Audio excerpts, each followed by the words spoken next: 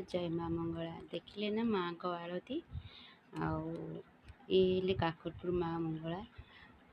ମାଆଙ୍କର ଆଳତି କୃପା ଲାଭ କରନ୍ତୁ ଏବଂ ନିଜର ମନସ୍କାମନା ଯାହା ବି ଅଛି ନିଜ ମନରେ ମାଆଙ୍କୁ ଆରାଧନା କରିକି ଡାକନ୍ତୁ। ଦେଖିବେ ନିଶ୍ଚିନ୍ତ ଆପଣଙ୍କର ମନସ୍କାମନା ପୂର୍ଣ୍ଣ ହେବ। ରହିଲି। ଜୟ ଜଗନ୍ନାଥ ଜୟ ମା ମଙ୍ଗଳା।